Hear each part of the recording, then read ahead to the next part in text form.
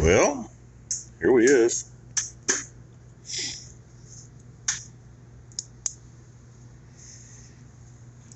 That one looks pretty good. This one looks pretty good. Still got some cross hatching on there from when we had it apart before and honed everything. This one, however, yes, those are marks up and down, and Becky's being a smartass behind me. That's number 5. Can I see number 5? She asked if she can see number 5. She's too freaking short to get up here and look. There's number 6. Now, if you notice that spot coming down there, that's where that was grooved out before, about an inch wide. It still has cross hatches even on the rest of it. Looks pretty good, actually. But, yeah, I'd say the water came in at the top, and I'm not real sure why, but come on, focus. Right in the middle of that, there's a dot of green. So, I'm just kind of guessing there might be a split in the liner right there. It's obviously by the looks of the piston, the water was getting on top anyway, one way or the other. It's been sitting overnight and it's still a spot there. And yeah, there's more green in that. That's been sitting overnight, so that's how much green has got there since last night. Oh, start dealing with the mess and get the pistons out of the way and get the liners out and check shit out. Well, unfortunately on this thing, to get the oil pickup tube off, you have to pull the balancer pulley assembly.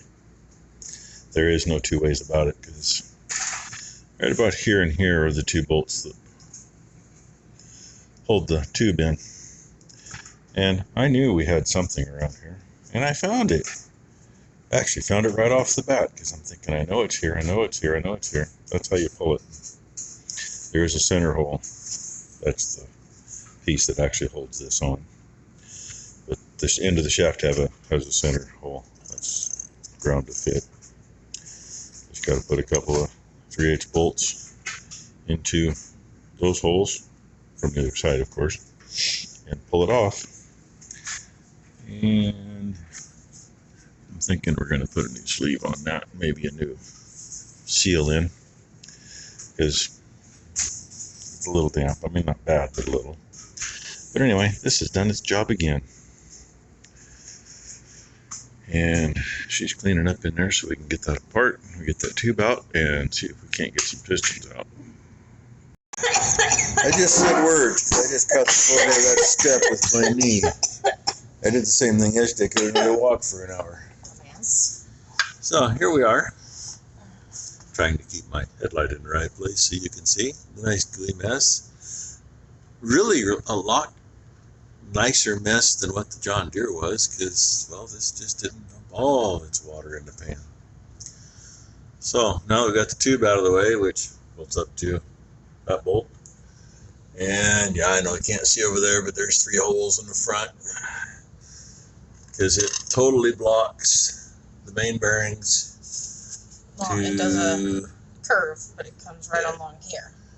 You can't get on. We get moved the right direction here. That one right there, you cannot get on. Or anything. Basically, that's where you can't get on any of them until you get back to here. And of course, all the rods are on that side, and you cannot get to them with it in the way. So that was a fun part in itself. Now to get serious, and we'll find out if socket and breaker bar will get these things loose. So I think I mentioned before, the last time we used said 12-point socket because that's what fits, which is 1/2-inch drive, and we ended up using the 1-inch Ingersoll Rand titanium on it. And I want to say probably actual bolt removal time, even with that, was at least an hour, just under odds. And mind you, we don't have an hour, by the way. Yeah, she's running out of time, but it's not like I can't do this all by myself if I have to. I mean, last time I just had my dad getting stuff for me while I was under here. You have a honeydew list, though.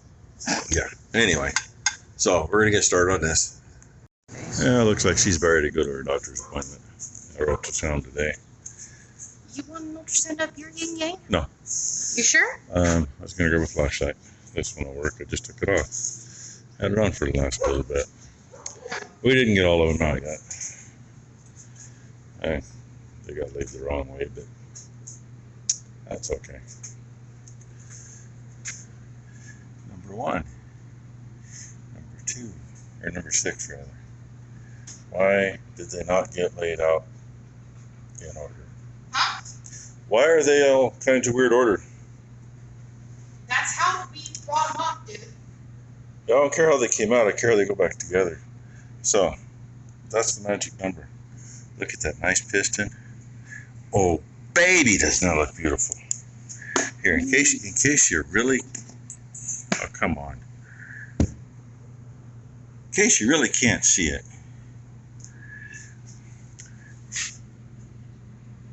Really. Let me try dimmer on the light. In case you really cannot see it.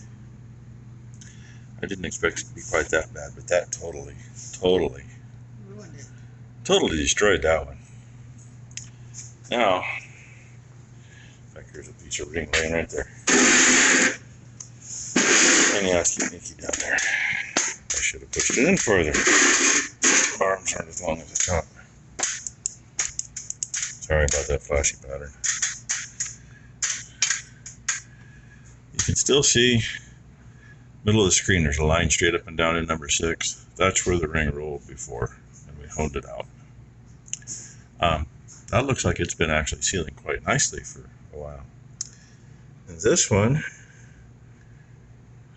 yeah, needs to get wiped out to really see, but there's another piece of ring laying there from when it came out. My guess is about the middle of that ugly looking spot. It's full of the other shit right now. There's a crack in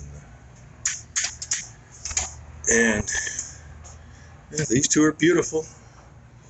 We'll find out about these two later. 2 left to pull out. Then we can pull the liners. And actually, cross hatching is still pretty good on those two. What you can see of these two. And that one was one that was damaged. Center of the screen, it's a little different color, straight up and down. That's because there was a 1-inch groove wore into that before that we honed out and we replaced the piston a couple thousand hours ago. That's the one I thought failed. I was mistaken. It was this one that is all scored to shit. No more cross hatching at all. And the middle of that gray mass right there appears to possibly have a crack in the liner. But wait, this is the number 6 piston, the one I thought we were going to have the issue with. It actually looked pretty good. That was a new piston 2,000 hours ago. Rings look great.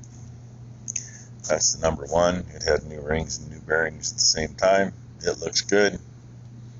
This is number 2. It looks good. Hold on to your horses. What do you think of that? Doesn't that look beautiful? But wait, there's pieces. Some unaccounted for yet. There.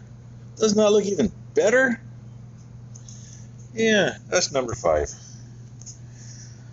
So far everything's looking good. Bearings all look great. Journals all look great. Just got to finish getting everything out underneath. And yeah, that's always fun when you get a little water mixed in because it makes for a nasty mess. Everything is so sticky, it's not funny. But hopefully get the kit ordered later today because I want to finish checking all the bearings first. And yeah, there's a chunk of ring laying there that come out. Hopefully none drop down. We'll clean all the holes out anyway. Head gasket looked like it was sealed good around number 5, so that's why I'm really thinking somewhere in the midst of that. I think I can see it actually. I don't think you can on camera, but oh well. Find out more when it's out. Anybody want to buy some used parts? Most of them are pretty good. You know, we got 4.5 good liners, 1 shitty one. We got 5 good pistons with good rings on them. I'm kind of surprised the bearings have as much wear as they do for a couple thousand hours, but you know, it is what it is. Crankshaft looks great. Rear bearing and front bearing, the caps are still in there because something's got to hold the shaft up, right? Even the rod bearings. And just not real sure why. I would imagine that those two, she cleaned that one up. I just stepped on a dog's toe because he was underneath here. Yeah. Not sure why, but that is what it is. They'll get replaced anyway. This was the questionable liner, and when we pulled it, I didn't pay attention to rotation, so I don't know where the spot was I was looking at. Haven't really looked super duper hard because I don't know where I was looking. I think it might have been, that's a pretty good scratch there. I think it might have been right in there. See that good scratch, right? But there's also, there might be something there. Some little dimples. But from the outside, you know, they look about as good as brand new. Got a few O-rings that are broken. Like, hey, number 6 top O-ring, that's how that one came out. And number 1 broke right there. Number 2 I know is broke around the corner. Number 3 broke right there. Well, that is what it is. Just got to wipe off, make sure these bearings are standard. I don't think I'll measure stuff underneath because I shouldn't have to. These are standard, that's what we're going back with. Well, the fun part, identifying the proper kit. We got measurements that are in between and not where they should be. Earlier serial numbers were narrow bearings. And then they made wider bearings. You can see the mark on there. There's plenty of room for a wider bearing. And that bearing is very wide. Not that there's a lot of difference. What we took out, main bearings are 1.219. Rod bearings are 1.197. But on my finger, 1.255 is the wide ones, which the serial number should be the wide ones, and 1.293. So it looks like I'm making a phone call tomorrow. And by the way, yeah, there it is, agkits.com and their phone number. They've been really good. A couple of things we had with the John Deere, and I mean, made a phone call and took like 2 minutes. Questions were answered and we were on our way. So anyway, there it is. That's the day. I think I'm done. And Ty's messaged me saying it looks like Hernia Boy's got more swelling today, which he shouldn't. So yeah, one more thing to look at. And of course I can't call them because they're Eastern time. They've been closed for about 3 hours, maybe longer. So thanks for watching and seeing our fun here. I think Ty has a clip that she's going to send me. Hopefully it gets to me before I put the video up. If so, you're going to want to stick around for that. If this is the end, this is the end. So hope everybody has a great hump day and hope your Tuesday went well. Okay, we're starting this again for the second try. Thank you, Brent. We are opening the package and Brooke and Blakely will get the package, but we are excited to see what's in it. She's busy having cake at work today. Because one of the ladies decided just discovered she's pregnant. That they need to celebrate it because she didn't know she was pregnant. With the scissors, you still can't open the damn box. This is comical. You try and open a box, Mom. I already got a 5-minute video of her not getting it. Merry Christmas. Uh-oh. Just a little thing for the new. heifer. May May heifer. heifer. That is adorable. Oh Gosling my god. Farms. I just leave it in the package. Gee, it says Gosling Thank you Farms. so Let Brooke at much, least Brent. open it the rest of the way. Thank you, Brent. Thank you, That Brad. is Marcia, adorable. Maria. Cash. Thank you guys so much. Thank you. Oh my God.